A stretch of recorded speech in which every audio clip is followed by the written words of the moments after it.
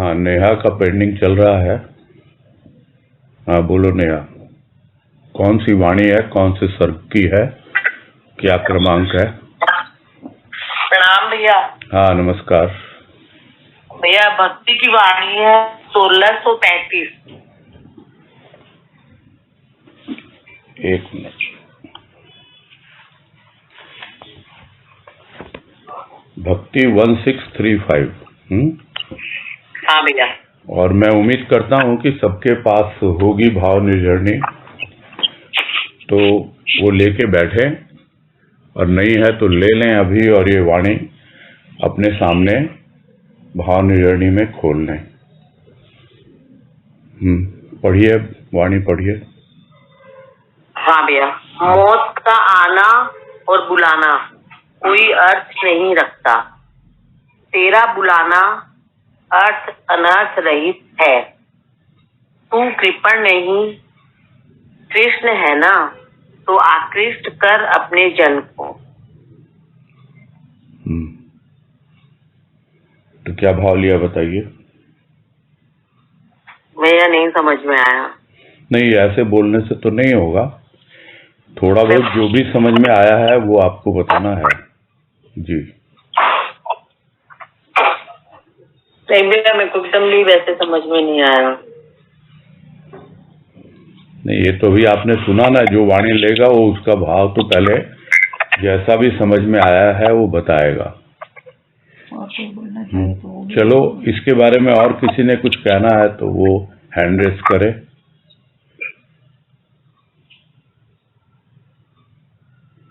वाणी तो आप लोगों ने सुनी ली ना, भक्ति की है 1635, 1635, और वाणी है मौत का आना और बुलाना कोई अर्थ नहीं रखता, तेरा बुलाना अर्थ अनर्थ रहित है। तू कृपण नहीं कृष्ण है ना, तो आकृष्ट कर अपने जन को। ये वाणी है, और ये बिल्कुल ध्यान रखना है बाकी लोगों को भी कि जो भी वाणी सामने प्रस्तुत की जाएगी, यानी जो कर रहा है, सबसे पहले उसे अपने आप ही वाणी का भाव प्रकट करना होगा, तब वो वाणी आगे बढ़ेगी।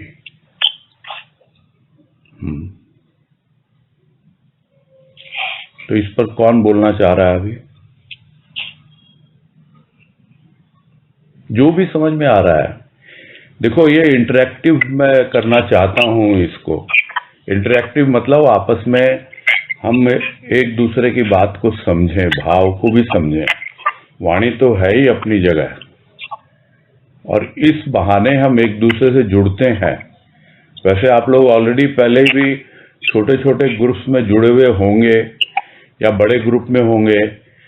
जो एक छोटे छोटे ग्रुप बनाएं और उसमें एक वाणी का जो भी समझ में आती है लें और उसको सामने रखें। इस तरीके से जो चीज आती है उसका एक रूप बनता है, और नहीं तो फिर सुनने को तो कितना सुनते रहेंगे, सुनते ही रहे हैं। आप लोगों को भी अपने भाव रखने हैं ना।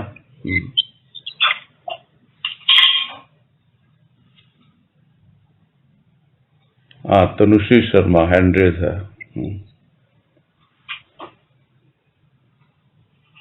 अनम्यूट कीजिए इनको।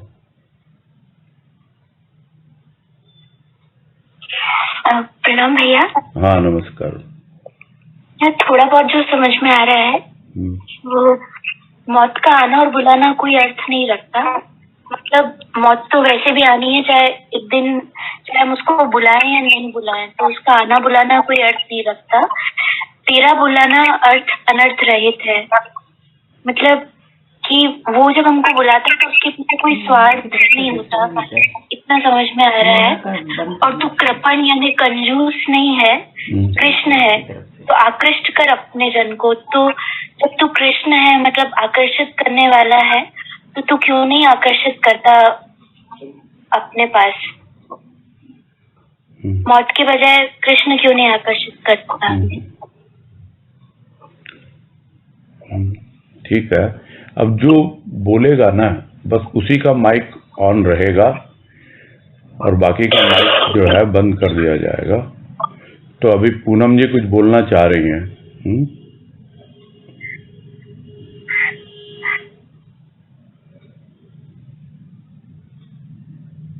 हरिओम, प्रणाम भैया। हाँ प्रणाम, हरिओम। भैया थोड़ा सा इस तरीके से अर्थ समझ में आ रहा है, बुलाना कोई अर्थ नहीं रखता। तेरा बुलाना अर्थ अनर्थ रहित है, तो कृष्ण नहीं, कृपण नहीं कृष्ण है, तो आकृष्ट कर अपने जन को। तो जैसे भक्ति की वाणी है, तो ऐसे लग रहा है ना कि भक्ति में अब मन लीन है। तो पहले तो जैसे हम परिस्थितिवश कभी बोलते थे कि मौत आ जाए तो इससे अच्छा है, तो कभी तो प्राणी मौत को बुलाता है, या फिर मौत तो मतलब अपने आप आ जाती है। तो भक्ति करते करते समझ में आ गया, जैसे जीवन बीत रहा था तो ऐसा लगता था कि सिर्फ जीना है और समय पे मृत्यु आ जाएगी, बस मर जाएंगे, इतना ही जीवन का अर्थ समझ में आता था। तो जब गुरुदेव की कृपा से, उनकी वाणियों से प्रेम होने लगा और हमारे भीतर वो भक्ति जागृत होने लगती है, तो समझ में आता है कि मौत का आना और बुलाना दोनों ही व्यर्थ है। वो तो अपने हिसाब से शरीर मिला है तो मौत तो आएगी, और तेरा बुलाना अर्थ अनर्थ है। और जो हमें प्रभु ने अपने पास बुलाया है तो किसी मतलब से नहीं बुलाया, और हमारा उसमें कोई भी अनर्थ नहीं होगा। मतलब जैसे हम लोग बोलते हैं ना कि भाई उसके यहाँ चले गए, संभल के जाना, नहीं तो तुम्हारा घर बार छूट जाएगा, तो दुनियादारी छूट जाएगी, तो हमारा कोई अनर्थ नहीं होगा। और गुरुदेव का कोई स्वार्थ नहीं है हमको बुलाने में, तो तेरा बुलाना अर्थ अनर्थ है। तू कृपण नहीं कृष्ण है ना। अब भक्ति करते करते मन में समझ में आया कि वो कृपण नहीं है, मतलब वो ऐसे देने में, वो तो दातार है जैसे हम सुनते हैं, तो उसकी भावना हमको हर पल दिए जा रही है। जैसे हम हमेशा सुनते हैं ना कि उनकी कृपा तो हर पल बरस रही है, तो कृपण तो नहीं है। और कृष्ण के लिए हम सुनते हैं कि कृष्ण वो जो हमको आकर्षित करती है। आज गुरुदेव की वाणियां हमको आकर्षित करती हैं, तो आकृष्ट कर अपने जन को। तो भक्त के मन में ऐसा भाव जन कि जैसे मुझे आपके भाव प्रेम से शक्ति मिली है, प्रेम मिला है, तो और अपने जन को, जो तेरा जन है, क्योंकि उनका जन तो हर एक उनका जन है, तो अपने जन जन को आकृष्ट। भक्त के उच्च भावना है, जैसे राजमा कहते थे ना कि सबको बुलाओ, तो वैसे मन में भाव जग रहा है कि हर जन को आकृष्ट कर, क्योंकि तू तो कृपण नहीं, ऐसा नहीं कि 2 जनों को 4 जनों को भाव देना चाहता है, तू तो जन जन को देना चाहता है, तो तू अपनी उस भावना से सबको आकृष्ट कर। हरिओम।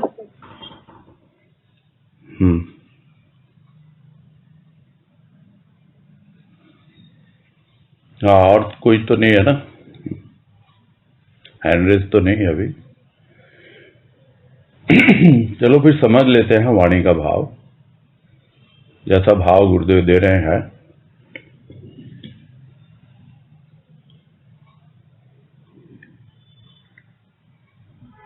बुलाना और आना। बुलाने वाला बुलाता रह जाता है और आने वाले की मर्जी पर निर्भर करता है कि वो आए या न आए। और बहुत बार बिना बुलाए ही कोई पहुंच जाता है, अपने आप आ जाता है। इस वाणी का पूरा जो फोकस है, पूरा जो ध्यान है, वो बुलाने पर और आने पर है। हम अक्सर ये सोचते हैं हमें कोई बुलाएगा तब तो हम वहां जाएंगे, और कोई नहीं बुलाता है हम नहीं जाएंगे। लेकिन जिसको जाना होता है वो बिना बुलाए भी चला जाता है। उसके पीछे वजह क्या है? उसके पीछे वजह यह होती है कि जिसे वहां जाने में अच्छा लगता है वो बुलावे की प्रतीक्षा नहीं करता। मौत का बुलाना, क्या कोई चाहता है कि मौत को बुलाया जाए? चाहते हैं कुछ लोग जो पूरी तरह से दुखी हैं, परेशान हैं, कष्ट भोग रहे हैं, शारीरिक, मानसिक। वो यही कहते हुए सुने गए हैं कि भाई इससे अच्छा तो मुझे मौत आ जाए। मौत को बुलाते हैं, किंतु क्या कोई अर्थ रखता है? क्या बुलाने से मौत आ जाती है? मौत तो अपनी मर्जी की मालिक है। जब उसे आना है तब वो आती है, भले कोई उसे बुलाए या न बुलाए। इसीलिए कहते हैं यहाँ गुरुदेव कि इसका कोई अर्थ है ही नहीं। तुम अगर चाहो कि मौत आ जाए तो क्या आएगी? तुम अगर चाहो कि मौत न आए तो क्या नहीं आएगी? और जिस वक्त तुम बुला रहे हो मौत को, तो क्या उस वक्त तुम अपने प्रभु को नहीं बुला सकते? क्योंकि ऐसा सुना गया है कि अंतिम समय जब आता है, मौत जब बिल्कुल सामने दिखलाई देती है कि अब मैं और जीवित नहीं रह पाऊंगा, तो जिंदगी भर जिसको याद किया जाता है वही याद आता है और उसी को बुलाता है कि नहीं, मैंने मौत को नहीं बुलाया, मैं तो तुमको बुला रहा हूं। कोई बात नहीं है, मौत आ गई है, मेरे लिए तो मौत नहीं है, मेरे लिए तो मौज है। तो तेरा बुलाना, यानी तुमको अगर बुला रहे हैं या तुम हमें बुला रहे हो कि चल मैं आया हूं, तेरा अंतिम समय आ गया, तुझको लेने के लिए आया हूं, वो कोई अर्थ नहीं रखता है। अर्थ और अनर्थ दोनों से रहित है। एक अर्थ नहीं रखता माने उसका कोई मीनिंग ही नहीं है, कितना ही बुलाओ कितना ही करो। किंतु भगवान को जब आप बुलाओगे अंतिम समय में, और नहीं भी बुलाओगे, किंतु यदि उसको जिंदगी भर हमने याद किया है, तो बुलाओ उसको या ना बुलाओ, वो अपने आप ही प्रकट हो जाता है, अपने भक्त को लेने के लिए आ जाता है। क्योंकि भक्त ने अनुभव किया है जीते जी कि वो है कौन। वो तो साक्षात भगवान है। बुलाए और न आए, और कोई आए और वो उसके साथ में कंजूसी करे, कृपण नहीं है वो तो बिना मांगे ही सब कुछ दे देता है, बिना बुलाए ही पहुंच जाता है, भले ही कोई उसे आमंत्रण दे या न दे। जिस किसी को आकृष्ट करना होता है, अपनी ओर खींचना होता है, जिस किसी को कुछ देना होता है, वो अपने आप ही उसे अपने दर पर बुला लेता है और या फिर उसके दर पर पहुंच जाता है।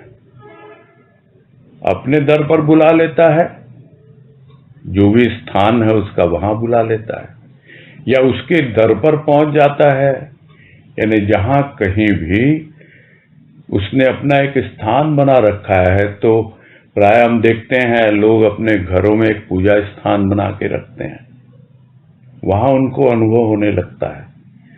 और जो उससे भी आगे बढ़ चुका है, जो इस अपने शरीर को ही उसका घर बना चुका है, वहां पहुंच जाता है और इतना आकृष्ट करता है, और जो उसको देना है वो देता है। तो इस तरह जो भक्त जीवन व्यतीत करता है, वो मौत की बिल्कुल परवाह नहीं करता, क्योंकि वो जानता है कि मौत को बुलाऊं या ना बुलाऊं इसका कोई मीनिंग नहीं है, कोई अर्थ नहीं है। हाँ, वो भी मुझे बुलाए या ना बुलाए उसका भी कोई मीनिंग नहीं है। जिंदगी भर उसके आकर्षण में बंध के मैंने अपना जीवन व्यतीत किया है और उसी ने मुझे आकृष्ट किया। कभी भी उसकी ओर से देन में कोई कमी नहीं रही, तो क्या अंतिम समय में वो कंजूसी करेगा? नहीं, वो स्वयं आएगा मुझे लेने के लिए, मुझे अपने धाम ले जाने के लिए। मुझे तो यही भाव वाणी का समझ में आ रहा है।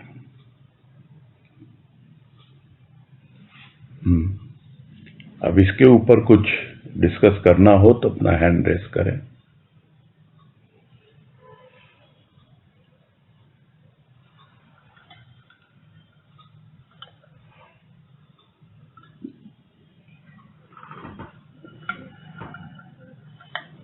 संतोष शर्मा।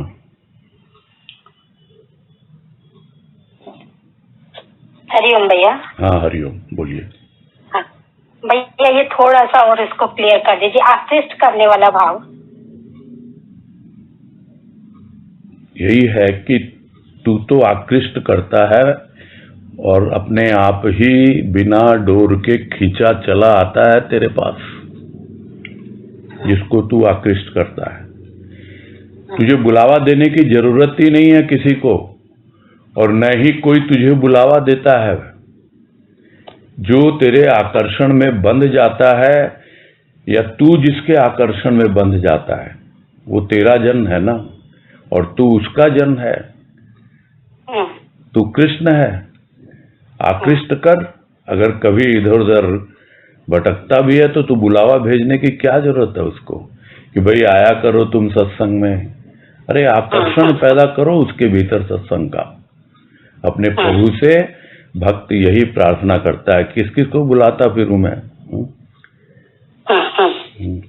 जिसके भीतर तुम्हारा आकर्षण होगा वो अवश्य ही सत्संग में शामिल होगा। ठीक है भैया। हरिओम। हरिओम।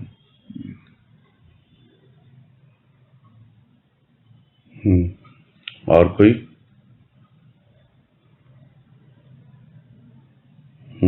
तनुश्री। प्रणाम भैया। ये अर्थ अनर्थ नहीं रखता, ये समझ में नहीं आया कि तेरा बुलाना अर्थ अनर्थ रहित है। रहित है मतलब वहां पे न तो अर्थ की बात है न अनर्थ की बात है। कोई सोचता है मैं उसको बुलावा भेज रहा हूं और उसने अगर मना कर दिया आने से तो अनर्थ हो जाएगा ना। फिर तो किसी ने मेरा इनविटेशन रिजेक्ट कर दिया, मैंने किसी को इनवाइट किया यानी बुलावा भेजा और उसने साफ साफ मना कर दिया नहीं भाई मैं नहीं आ सकता, तो अर्थ का अनर्थ हो गया कि नहीं? हाँ, तो वो जब बुलाता है तो वो अर्थ नर्थ की अनर्थ की वहां कोई बात ही नहीं है। यहाँ भाव ये है कि वो बुलाता ही नहीं है, वो तो सिर्फ आकृष्ट करता है। यहाँ भाव ये है, इस वाणी का सार यही है कि तू तो कृष्ण है, तू आकृष्ट कर। जो तेरा जन है, जितने भी भक्त जन हैं, वो अपने आप तेरे प्रेम की डोर से खिंचे चले आएंगे तेरे भाव की अनुभूति पाने के लिए। बस यही है यहाँ पर। ठीक है? हाँ भैया, स्पष्ट हुआ। हाँ भैया, हाँ भैया। हरिओम। हरिओम। हाँ, शारदा तिवारी।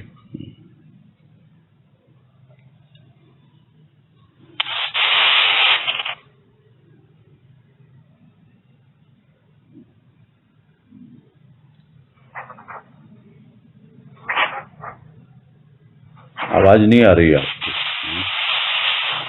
आवाज नहीं आ रही है।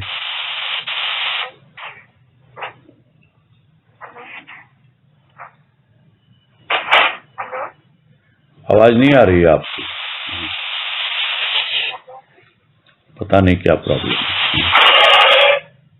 हेलो। हाँ, अब थोड़ी सी आई, बोलिए। हेलो। नमस्कार भैया। हाँ नमस्कार, आप अपना परिचय दीजिएगा जरा।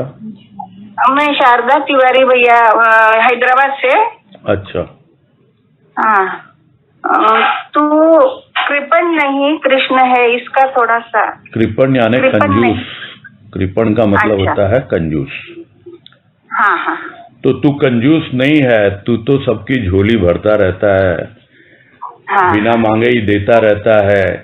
कोई तुझे याद करे या न करे, कोई तुझे पुकारे या न पुकारे, कोई तुझे बुलाए या न बुलाए, तू तो अपने आप ही सबको देता रहता है। कोई कंजूसी नहीं करता देने में।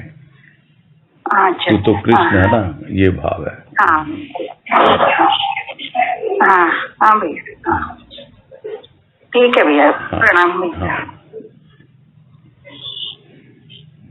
उर्मिला अग्रवाल।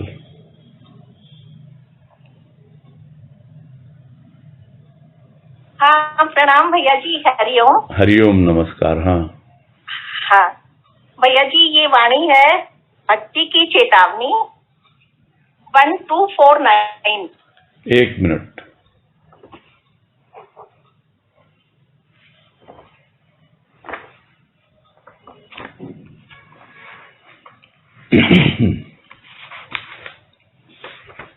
भक्ति की चेतावनी 1249। हाँ जी। हाँ जी बोलिए। हाँ भैया जी। हाँ बोलिए बोलिए। ये है वाणी। हम्म, रज पर भी दृष्टि हुई थी, सृष्टि हुई थी, चमक थी, दमक थी, किंतु सागर के वियोग ने शुष्क बना दिया। लता ध्रुव गुल्म को धारण करना भी कठिन, आधार रहित शुष्क प्राणी बंजर बन बैठा। ये वाणी है भैया जी। हाँ बोलिए, क्या भाव लिया? तो हाँ, ये वाणी वैसे तो इसका जो प्रमुख जो भाव है वो आधार पर ही है, ये समझ आया। पर इसके जो दोनों भाव हैं, स्थूल और सूक्ष्म, जैसे जो रज का भाव है वो स्थूल में तो हम देखें कि रज जो है मरुस्थल की मिट्टी को कहते हैं, और सूक्ष्म में रज जो प्रभु चरणों की रज बन जाते हैं, जो भक्त अपना समर्पित भाव में जो आ जाते हैं वो प्रभु चरणों की रज बन जाते हैं। तो वाणी कह रही है रज पर भी दृष्टि हुई थी, सृष्टि हुई थी, चमक थी, दमक थी, कि जो भी धरती है, पृथ्वी है, तो उसके ऊपर प्रभु तो समान रूप से दृष्टि करते हैं, सब जगह पे वो अपना बारिश करते हैं, वर्षा करते हैं। वृष्टि हुई थी, सृष्टि हुई थी, और जब वर्षा होती है, वृष्टि होती है तो नया जीवन भी मिलता है। सृष्टि हुई थी यानी वहां पे हरियाली आई थी। और ऐसे ही जो प्रभु चरणों की रज बन जाते हैं उनपे भी प्रभु के प्रेम की बरसात होती है, और उनके जीवन में भी नई नई भावनाएं, नए नए विचार, नया उत्साह, नया प्रेम भाव, उमंग, तो ये सब आता है। तो ये चमक थी और दमक थी, चमक भी आती है और दमक भी आती है, यानी प्रभु के प्रेम की बारिश से भक्ति हृदय में चमक दमक सब आती है। और ऐसे ही बाहर भी रज पे जब बारिश होती है तो वो भी जैसे रेत पे भी बारिश होती है तो वो धूप की उससे चमकने लगती है, किंतु सागर के वियोग ने शुष्क बना दिया। लेकिन जब वो मरुस्थल की जो मिट्टी है वो वहां पे दूर दूर तक सागर नहीं रहता है, इसलिए उस मिट्टी में ज्यादा कुछ पनपता नहीं है, तो सागर के दूरी से और वो मिट्टी जो है वो रेतीली रह गई, वो शुष्क रह गई। लेकिन इसमें मेन भाव मुझे यही नहीं समझ में आया भैया जी कि जो प्रभु चरणों की रज बन जाते हैं तो उनके जीवन में सागर का भी कैसे होगा। इसमें मेन मैं यही अटकी हुई हूँ इस वाणी में, क्योंकि ये वाणी जैसे स्थूल और सूक्ष्म दोनों का कोऑर्डिनेशन होता है। तो आगे इसमें बता रहे हैं कि लता ध्रुव गुल्म को धारण करना भी कठिन, यानी जो आधार, जो जिसके जीवन में आधार नहीं रहता है तो फिर वो कुछ भी अपने जीवन में लता ध्रुव गुल्म यानी जो भी बाहरी परिस्थितियां कह दें, या कुछ भी खुशी है या दुख है या जो भी कुछ आता है जीवन में, तो उनको वो धारण करना कठिन हो जाता है। जब आधार का भाव नहीं रहता है तब ये सब कठिन हो जाता है। आगे वाणी कह ही रही है कि आधार रहित शुष्क प्राणी बंजर बन बैठा, यानी आधार के बिना जो है वो प्राणी कुछ भी नहीं कर सकता है। तो भूमि पे जो आधार है उसमें रेतीली भूमि में जो है उसकी जड़ें जो है वृक्ष की वो नीचे तक नहीं जाती हैं, तो उनको धरती का आधार नहीं मिलता है, तो वहां पे बहुत हरियाली नहीं आती है। बहुत वट वृक्ष के जैसे शाखाएं होती है ना, लता ध्रुव गुल्म जो है ये शाखाएं वगैरह भी है। तो इस तरह से ये कोऑर्डिनेशन नहीं हो पा रहा है वाणी का भैया जी, प्लीज आप बताइए।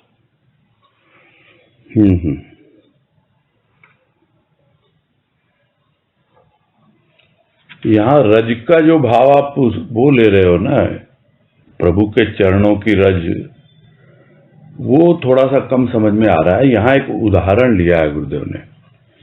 रज यानी कि धूल, मिट्टी, बालू, कुछ भी कहें उसको। अच्छा। तो बिल्कुल मिट्टी के समान जीवन था प्राणी का, और उस पर जब भाव की वृष्टि हुई तो एक उसे नया जीवन मिला। ऐसा जीवन मिला जिस जीवन में चमक भी थी, यानी एक ऐसा कि खुद ही चकाचौंध हो जाए कि क्या ऐसा जीवन भी होता है प्राणी का। और कुछ ऐसी दमक भी थी कि लोग भी देख के पूछते, अरे ये तुम्हारा जीवन इतना बदल कैसे गया। यानी एक मिट्टी के समान पड़ा हुआ था, किंतु उस पर जब भाव की वृष्टि हुई तो उसका रूप बदल गया।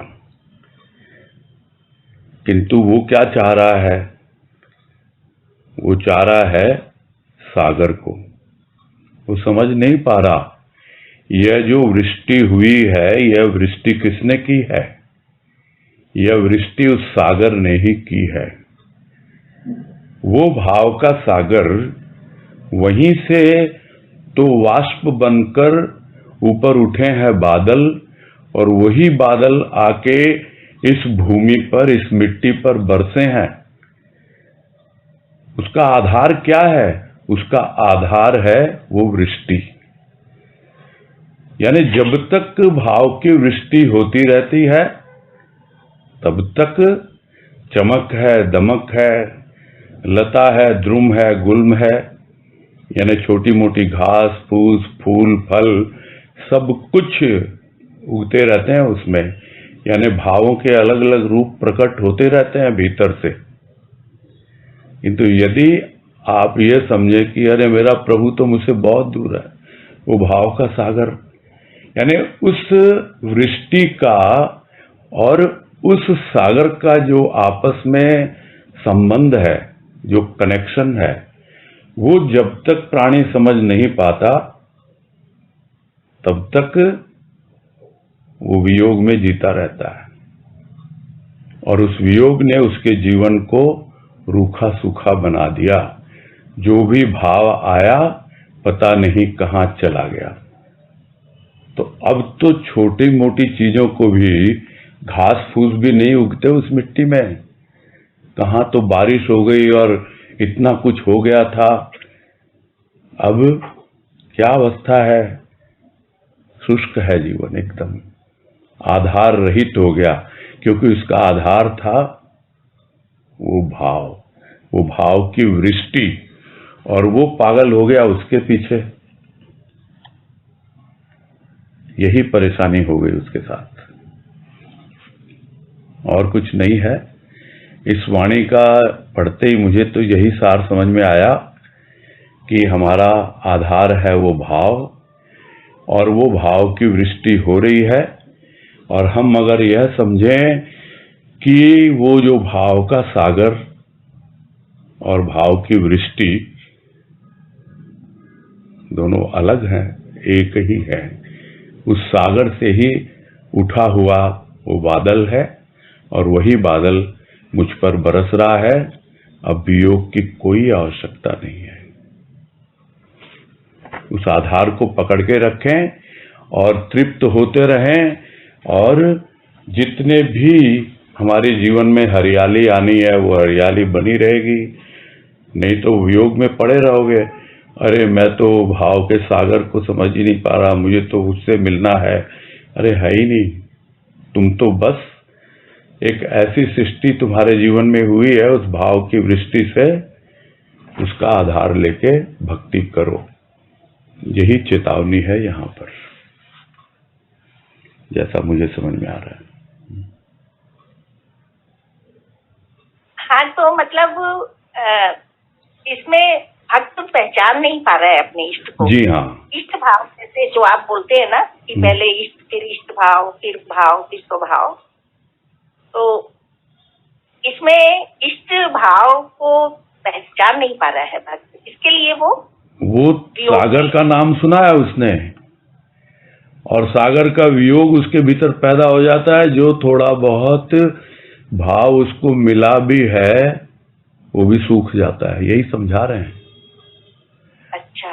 तुम्हारी जितनी योग्यता है, जितनी पात्रता है, उसके अनुसार तुमको भाव मिलता रहता है और तुम्हारी सृष्टि भी और पनपती रहती है, चमक दमक भी बनी रहती है।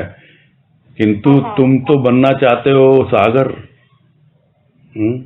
समझ नहीं पा रहे हो, सागर से ही जुड़े हुए हो। यह जो बारिश हो रही है, भाव की बारिश, वो भी वो सागर ही करवा रहा है, भाव का सागर। मुझे तो ऐसा ही भाव समझ में आ रहा है वाणी का। हाँ, बहुत अच्छा समझ आ गया, बहुत अच्छा समझ आ गया। हाँ भैया जी, हाँ प्रणाम। हरिओम। हाँ, कमलेश केडिया। हाँ भैया जी प्रणाम। मैं कमलेश केडिया पुणे से बोल रही हूँ। अच्छा। मुझे तो ये जो आधार रहित शुष्क प्राणी बंजर बन बैठा, यानी उन्हें आधार भी मिल गया सतगुरु का सागर के रूप में, फिर वो बंजर कैसे हो गया? ये आधार नहीं मिला, सागर का वियोग है। उसको आधार मिला था भाव की वृष्टि का, और वो दूसरे चक्कर में पड़ गया। समझ ही नहीं पाया कि यह जो भाव की वृष्टि हो रही है, वो वृष्टि करवाने वाला वो सागर ही है। वो तो सागर की प्यास लेके बैठा है, सागर आएगा मेरे पास, सागर आएगा मेरे पास। और वो जो भाव की वर्षा हो रही है, वही तो उसका आधार है। वो भाव वही उसका आधार है। और क्योंकि वो उस आधार को समझ नहीं पा रहा है, और इसलिए आधार रहित हो गया, वो उस भाव के रहित हो गया, और फिर जीवन रूखा सूखा हो गया। उसका रूखा सूखा हो गया तो बंजर भूमि हो गई। अब कुछ भी नहीं उगता उसमें न तो घास फूस उगती है और न ही कोई पेड़ पौधे उगते हैं। ये अवस्था हो गई है प्राणी के जीवन की।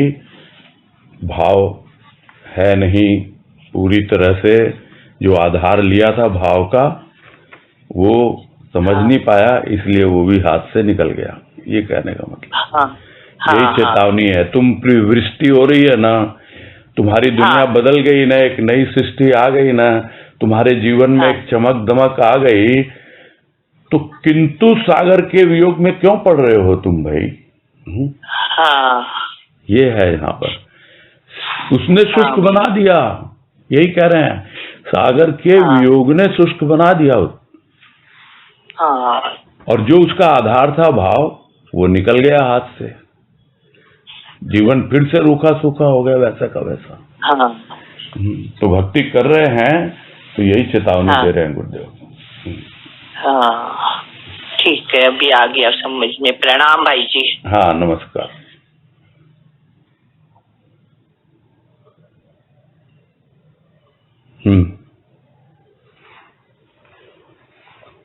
वनीता केडिया।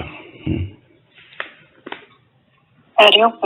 हरिओम। हाँ, वैसे स्वामी में मतलब ये भी भाव आ रहा है ना कि मतलब रूप पर भी अटकना नहीं है। जैसे भाव भले ही वो सागर के रूप में हो या वर्षा के रूप में, मतलब हमको सबको एक्सेप्ट करते हुए आगे बढ़ना। नहीं, यहाँ मेन फोकस है कि सागर के वियोग ने शुष्क बना दिया। अच्छा। था तो सब कुछ ना।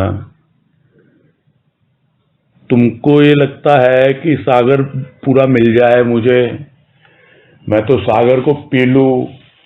अरे वो जो बरस रहा है बादल, जो वृष्टि कर रहा है भाव की, कहाँ से आया है वो भी तो सागर से ही निकला है। इस बात को जिस दिन समझ लेगा, उस दिन वो उस आधार को पकड़ के रखेगा, उस भाव को पकड़ के रखेगा। भाव ही आधार है यहाँ पर, ये कहने का मतलब है। एक और वाणी में कहा है गुरुदेव ने कि आधार बड़ा, बिल्कुल ठीक है, किंतु उस आधार का भी तो कोई आधार होगा। तो हम गुरुदेव को गुरुदेव कितना मानते हैं, तो गुरुदेव का भी कोई आधार होगा। तो बोलेंगे भाई बाबा उनके आधार है। तो बाबा का भी कोई आधार होगा। तो वो तो सृष्टि के मूल में जो है वही सबका आधार है, और सृष्टि के मूल में भाव है। भाव से ही सृष्टि की रचना हुई है। सृष्टिकर्ता के मन में एक भाव आया, मैं एक हूं अनेक हो जाऊं, तब सृष्टि की रचना हुई है। यानी सृष्टि के मूल में भाव है। जिस दिन हम यह समझ लेंगे कि सबका आधार जो है, पूरी सृष्टि का आधार भाव है, तो कभी भी हम आधार रहित जीवन नहीं जिएंगे। कभी भी हमारे जीवन में सूखा नहीं पड़ेगा, अकाल नहीं आएगा, हमारे हृदय की भूमि कभी भी बंजर नहीं बनेगी। ये समझ लेना चाहिए। ठीक है भैया जी।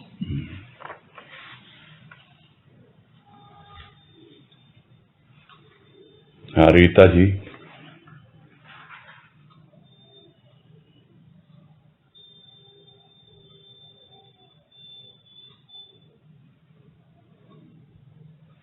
हाँ जी भैया जी, प्रणाम भैया जी, हरिओम भैया जी। हरिओम। भैया जी एक वाणी है, परिचय दीजिएगा, चेतावनी। अपना हाँ जी, परिचय मैं पुणे से हूँ रीता। हाँ जी, अच्छा। रीतापुरी हूँ, पुणे से हूँ। हाँ जी, पुणे से। अच्छा, रीतापुरी पुणे से। हाँ जी। हाँ हाँ जी। बोलिए, कौन सी वाणी? हाँ जी, हाँ जी, भक्ति की चेतावनी की वाणी है, 325 नंबर। एक मिनट।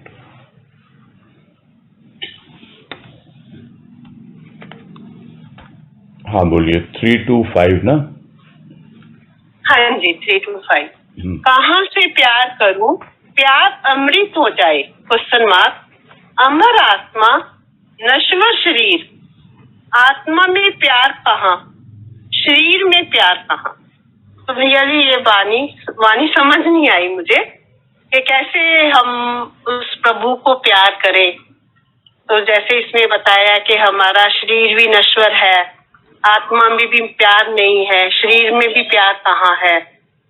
तो आत्मा तो हमारी अमर है, तो कैसे प्यार करूं कि जो प्यार है वो अमृत हो जाए। चलो वाणी पे आते हैं। मैं अभी आप लोग 2-3 जने आए पूना से, एक के बाद एक, है ना? हाँ जी, हाँ जी। मैं आप लोगों से एक थोड़ा सा छोटा सा अनुरोध करूंगा कि आप लोग अपना एक छोटा सा ग्रुप बनाएं और उसमें कॉन्फ्रेंस करके आपस में डिस्कस करें वाणी। बहुत भाव खुलते हैं उससे। जो हमारे भीतर जो अधूरापन होता है, वो हो सकता है गुरुदेव किसी और के माध्यम से उसको पूरा करें। अपनी सत्संग में कोई छोटा बड़ा नहीं है, भाव का ही महत्व है। और यही एक सामूहिक सत्संग की विशेषता होती है, जो हम जुड़ के एक दूसरे से करते हैं बातें। इसीलिए मैंने शुरू में कहा कि इंटरैक्टिव होना चाहिए। तो वो पहले सिर्फ पूना वालों को नहीं कह रहा हूं, मैं तो सबको कह रहा हूं कि जो एक छोटे छोटे ग्रुप आप आपस में बनाइए, 4-5 जनों का, ज्यादा बड़ा नहीं, और उसमें कोई एक वाणी रखिए और उस वाणी को आप लोग आपस में समझें, और फिर एक कोई रिप्रेजेंटेटिव हो उसमें और वो वाणी सामने रिप्रेजेंट करे, रखे इस तरह। तो इस तरह जब हम वाणी लेंगे ना, तो हमें बहुत आनंद आएगा वाणी का, क्योंकि हमारा एक बैकग्राउंड पहले से ही तैयार हो जाता है। और जब एक बैकग्राउंड तैयार होता है, पहले से भूमि होती है, तो हमको बहुत अच्छे से समझ में भी आती है चीजें और क्लियर भी होती हैं, है ना? हाँ जी भैया। हाँ जी भैया। हाँ चलो वाणी पे आते हैं। वाणी में यही कह रहे हैं गुरुदेव, अपने इष्ट से ही पूछ रहा है भक्त कि तुम तो कहते हो भाई प्यार करो प्यार करो, तुम्हारा रास्ता ही प्रेम और भाव का है, तो मैं कहां से प्यार करूं, यानी कौन सी जगह से प्यार करूं कि प्यार अमृत हो जाए? तुम ही बताओ, मुझे तो समझ में नहीं आता। मुझे तो यही समझ में आता है कि भाई जो भी मुझे अच्छा लगता है, मैं तो उसी से प्यार करता हूं, और मैं जो प्यार करता हूं दिल से प्यार करता हूं। किसको प्यार करता हूं? अब स्वाभाविक है, दिल से दिल मिलते हैं तभी तो प्यार होता है। तो कम से कम दिल से प्यार करना तो सीखता है ना इंसान, और नहीं तो शरीर को प्यार करता है। और शरीर को प्यार करना है क्या? शरीर को प्यार करना वासना है, कामना है, इससे ज्यादा क्या है? तो यह भक्त को समझ में आ जाता है कि मैं चाहता हूं कि मैं ऐसी जगह से प्यार करूं, यानी अपने दिल की गहराई से, इतनी गहराई से प्यार करूं कि भाई मेरा प्यार जो है वो अमृत हो जाए। तो अमृत है कौन मेरे पास? किस रूप में परमात्मा ने अमृत तत्व मेरे भीतर रखा है? वो अमृत तत्व रखा है आत्मा के रूप में। सुना है कि आत्मा अमर है, शरीर मरते हैं, शरीर नश्वर है, किंतु आत्मा तो मरती नहीं, आत्मा तो अमर रहती है। तो मैं कहां से प्यार करूं कि मेरा प्यार जो है वो आत्मा तक पहुंच जाए? दिल से प्यार करना तो मैंने थोड़ा बहुत सीख लिया है। मुझे यह भी समझ में आ गया कि शरीर से प्यार नहीं किया जाता। शरीर से प्यार करेंगे तो प्यार नहीं है, वो तो वासना कहलाएगी। तो फिर आत्मा से कैसे प्यार करूं? आत्मा में प्यार कहां है? नहीं है प्यार आत्मा में, क्योंकि वहां पे प्यार तो अमृत हो गया।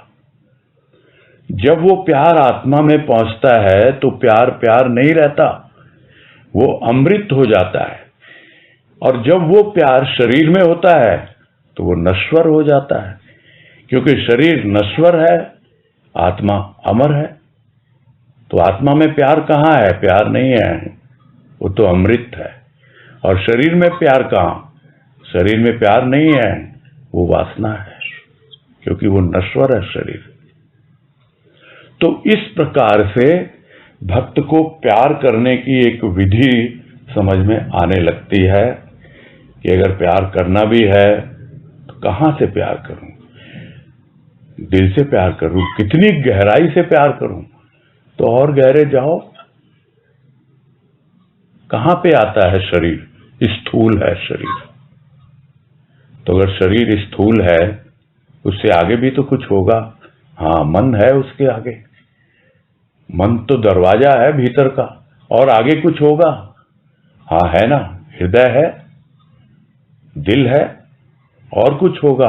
हाँ, आगे पहुंचेगा प्यार, बुद्धि में पहुंचेगा, अहंकार में पहुंचेगा। और जब प्यार पूरा भीतर सराबोर कर देता है हमारे अंतःकरण को, सब बह जाता है उसमें। ऐसी बाढ़ आती है भाव की, जो भी वाणी थी ना, वियोग नहीं है वो सागर का, वो भाव की ऐसी बाढ़ आती है कि ये प्यार सबको, कूड़े करकट को, गंदगी को, जितनी अंतःकरण में है, उस सबको बहा के ले जाता है और एक ऐसी नदी में पहुंचा देता है जो सागर से मिली हुई है। और हम पूरी तरह से स्वच्छ और निर्मल हो जाते हैं, और हमारा प्यार हमें अनुभव में आता है कि हाँ, पहुंच गया जहां पहुंचना है, उस आत्मा तक। मिटना चाहिए ये छोटी छोटी बाउंड्रीज है। तालाब बन के बैठे हैं हम, भाव की वर्षा होती कहां है? सूख जाता है, रूखा सूखा पड़ जाता है जीवन में। बाबा की बारस के लिए शब्द आया था भजन में, वो याद आ गया मुझे कि फिर से जो बरसेगा आषाढ़ न्यारा, फिर से मिटाएगा अहम हमारा। सभी ताल नदियों से मिलते रहेंगे, यही है जीवन। तेरे प्रेम में ऐसे ही बंधे रहेंगे, तेरे भाव रस में सने ही रहेंगे। तो सब बातों का सार यही है, प्यार अमृत तभी होगा जब हमारा अहम पूरी तरह से विसर्जित हो जाए, हमारा अंतःकरण पूरी तरह से निर्मल और स्वच्छ हो जाए।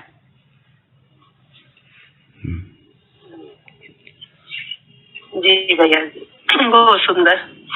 बहुत समझ में आया, नहीं आ रहा था भैया जी ये समझ में। कोई बात नहीं है। और भैया जी बोलिए। दिल और हृदय में क्या कुछ डिफरेंस है क्या? एक ही चीज है।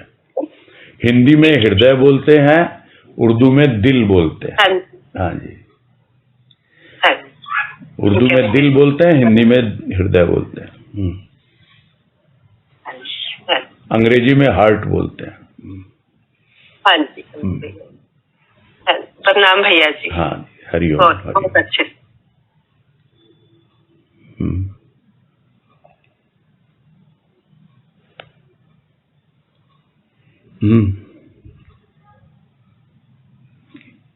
इस वाणी पे नहीं है किसी को कुछ? अच्छा, सुनीता जालान।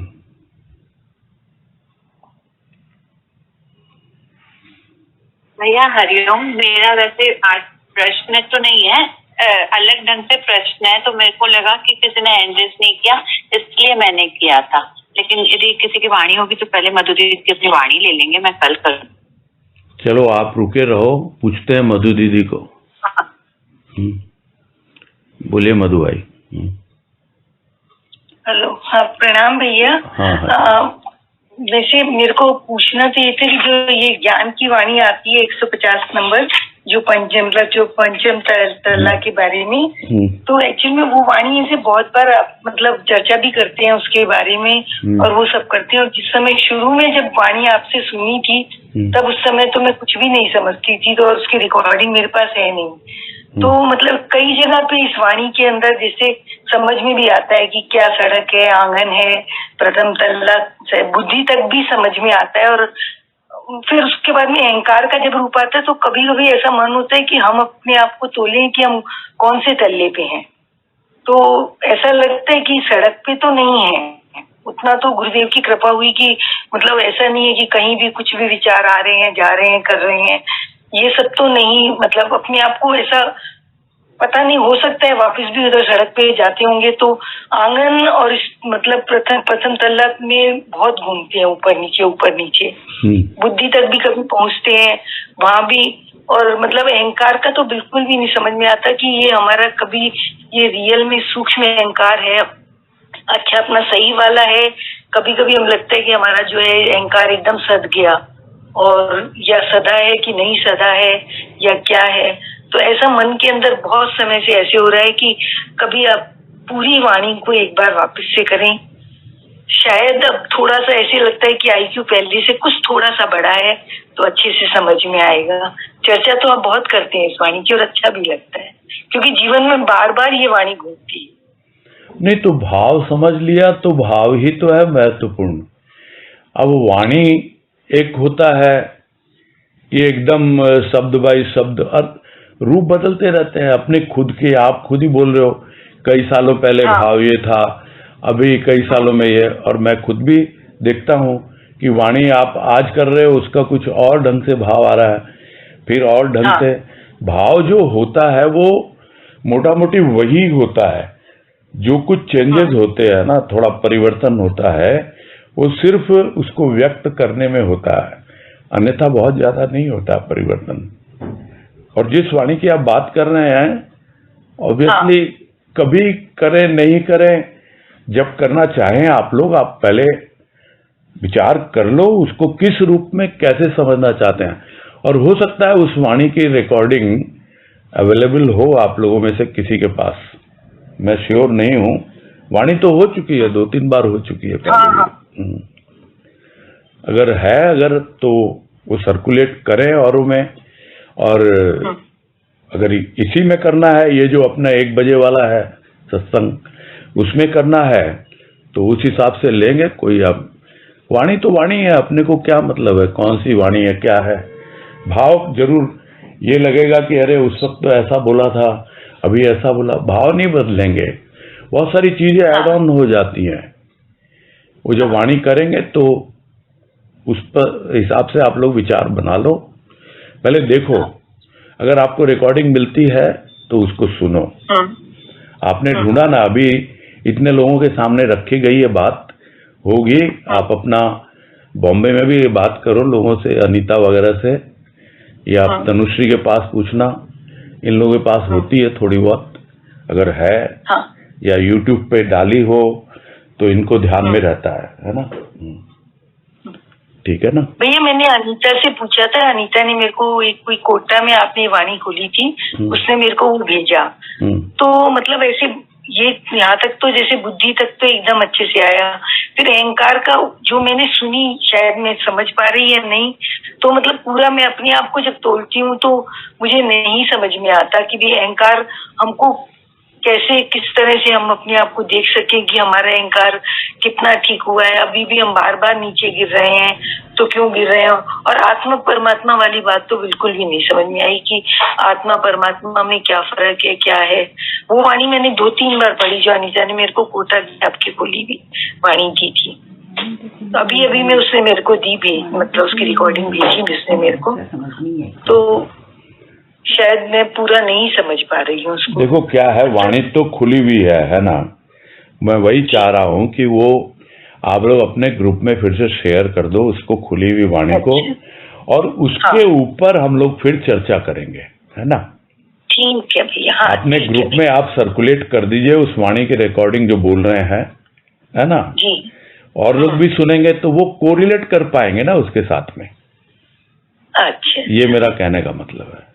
ठीक है भैया। हाँ ठीक है भैया। तो जब वो हो जाए, हाँ, उस पर आप लोगों का डिस्कस हो जाए आपस में, हो सकता है जो आप मुझसे पूछना चाह रहे हो किसी और से बात करने में आपको क्लियर हो जाए, तो एक आध दिन समय लो उसके लिए आप लोग आपस में, है कि नहीं? ठीक है, ठीक है भैया। अभी है थोड़ा सा समय, बोलो सुनीता, क्या पूछना आपको? हाँ भैया, मुझे ना ऐसे पूछना, जैसे अपना भाव निचरने के 7 सर्ग हैं, तो शब्दों से तो ऐसे समझ में आ जाता है कि चेतावनी का मतलब भाई वार्निंग होती है, इंग्लिश में हम बोलेंगे तो, और व्यवहार जगत में मतलब उसको समझ में ही आती है कि ये चीज ऐसे करना चाहिए थे, मतलब अलर्टनेस या वार्निंग इसके लिए।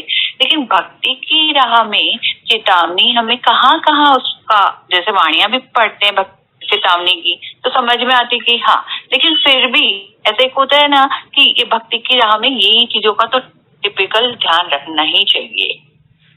तो इस संदर्भ में मुझे ना सारे सर्ग का ही समझना था कि चेतावनी का मतलब, भक्ति की चेतावनी का मतलब, फिर भक्ति किसको कहते हैं। ऐसे तो समझा दिया कई बार कि भक्ति तो सभी कर रहे हैं काम की, राम की, तो जो राम की भक्ति कर रहा है वो क्या होती है। पूजा पाठ से ऊपर तो सत्संग का से पता ही चल रहा है, लेकिन फिर भी ऐसे तो फिर भाव तो समझ में आ गया, भाव का मतलब तो, लेकिन उसके आगे जैसे ज्ञान की चेतावनी समझ में नहीं आती कि ज्ञान की चेतावनी क्या होती है और चेतना कैसे जगे हमारी। इस टाइप से मेरे थोड़े प्रश्न थे, तो ये मुझे समझ में नहीं आ रहा था कि किस ढंग से मैं प्रस्तुत करूं। नहीं, इसमें यह नहीं है कि ये भक्ति कैसे की जाती है या उसकी चेतावनी है उसमें, ये ऐसा नहीं है, कोई प्रोसेस नहीं बता रहे हैं गुरुदेव। प्रोसेस तो आपको निकालना है, सबको भक्ति करने का अपना तरीका ढूंढना होता है। जिस ढंग से भक्ति बाबा ने की, गुरुदेव ने उस ढंग से भक्ति थोड़े की है, और गुरुदेव ने जिस ढंग से भक्ति की उस ढंग से भक्ति हम थोड़े कर पा रहे हैं। सबको भक्ति करने का अपना मेथड निकालना पड़ेगा, सबका अपना अपना तरीका। तो ये आप जो बोले ना भक्ति क्या होती है, कैसे की जाती है, भक्ति बहुत सिंपल सी है। हाँ, आप किसी के प्रति डिवोटेड हो, अंग्रेजी में बोले ना आप डिवोटेड, भक्त को क्या बोलते हैं? डिवोटी। भक्ति को क्या बोलते हैं? डिवोशन। तो if you are devoted to something, आप भक्त हैं। वही कहा गया कि आप काम के भक्त हैं कि राम के भक्त हैं। अगर आप काम को डिवोटेड हो, काम में ही लगे रहते हो, राम को भूल गए, तो स्वाभाविक है आप राम को डिवोटेड नहीं हो। तो ये तो, और ज्ञान का भी ऐसे ही है। ज्ञान ऐसा नहीं है कि ज्ञान कोई आप किताबें पढ़ लोगे वो ज्ञान नहीं होता है, नॉलेज होती है, वो जानकारी हासिल करते हैं आप। ज्ञान होता है नोइंग, जानना। एक है जानकारी, एक है जानना, और वो चीज आती है अनुभव से। अनुभव अनुभूति बनता है और धीरे धीरे ज्ञान आता है आपके जीवन में, मनन चिंतन के द्वारा आता है। आपने कुछ पढ़ लिया, कुछ सुन लिया, उसमें आपका क्या है, और उसी को आध्यात्मिक भाषा में कहा जाता है स्वाध्याय। यानी आपका स्वाध्याय क्या है, आपका कंट्रीब्यूशन उसमें क्या है। अब क्या एक घटना मैं बता दूं, आप लोगों ने कई बार सुनी है बाबा जी के साथ की, अभी हाल में ही बाबा की जीवनी हुई है, तो हम समझ लें, उसमें मेंशन नहीं है उसका, ये सुना हुआ है गुरुदेव के मुख से और पढ़ा भी है कहीं पर, कि एक बहुत प्रकांड पंडित थे, गीता बहुत अच्छी जानते थे, श्लोक सब कंठस्थ किए हुए थे, उनकी व्याख्या भी बहुत बढ़िया करते थे। वो आके बाबा के सामने अपना ज्ञान बघारने लगे। शांत होके बाबा ने कुछ देर तो सुना और उसके बाद में पूछा कि भाई ठीक है, हो गया ना तुम्हारा? तो उन्हीं की भाषा में बता दूं, अपनी मारवाड़ी भाषा में, कि यो तो गीता में लिखियो है, तेरी गीता में क्या लिखियो है? अब समझ गए? ये तो गीता में लिखा हुआ है, तुम्हारी गीता, यानी तुम्हारा क्या नोइंग है, तुमने क्या ज्ञान प्राप्त किया, तुम उसकी बात करो ना। हाँ तो भैया इसी से ही वो मेरे आया था। जैसे हम लोग अभी इतने मतलब लॉकडाउन में बहुत कुछ सुना ना, तो गुरुजी ऐसे बोलते ना, रांधलेडी ने के रांधे तू इसे के समझी। नहीं, रांधे हुए को रांधना अलग चीज होता है। अच्छा जी, यहाँ पे वाणी अगर कोई है या कोई गुरुदेव का कोई लेख है, वो तो बिल्कुल रॉ वेजिटेबल है। हाँ, वो एक रॉ वेजिटेबल आपके सामने आता है और उस वेजिटेबल को आप अपने अनुसार उसको डिश तैयार करते हो उसकी। ये है वो। हाँ जी, रंधा हुआ नहीं है। किसी ने बोल दिया, उस वाणी का विश्लेषण कर दिया, इसका मतलब वाणी रंध गई क्या? वो नहीं है, ये तो रॉ मटेरियल है। सबके लिए वो रॉ मटेरियल है, अपने अपने हिसाब से उसको उसका भाव पकाओ, अपने ग्रहण करो। वो आपकी डिश है, आपने तैयार की है वो, और उसी को अभिव्यक्ति कहते हैं, और कुछ नहीं है ना? हाँ जी, हाँ जी, हाँ जी। हाँ, तो ये प्रश्न भी इस टाइप से ही ऐसे भी चल रहा था कि जैसे हमने राजमा का सुना भाव, गुरुजी का, उससे पहले गुरुजी का सुना, उसके बाद तो ऐसे लगा कि जैसे बार बार आपने बताया भी कि भी भाव तो एक तरह से सबके अपने अपने रहते हैं, शब्द भी अपने अपने रहते हैं, लेकिन अंदर सबके अपने अपने हिसाब से जाएगा उसका भाव जी। ऐसे शब्द, तो उससे भी ऐसे लगा था कि हाँ हमारा तो भाई ऐसा नहीं है, लेकिन हमारा व्यक्त करने का ऐसा नहीं है, लेकिन सिमिलर से अंदर तो वही चीज जा रही है, पौष्टिकता वैसे ही जा रही है उस चीज की। चलो ठीक है। हाँ ठीक, हाँ, समय भी हो गया, पूरा करते हैं। हाँ जी, हरिओम भैया जी। हाँ, हरिओम सभी को। हरिओम सबको, हरिओम हरिओम हरिओम।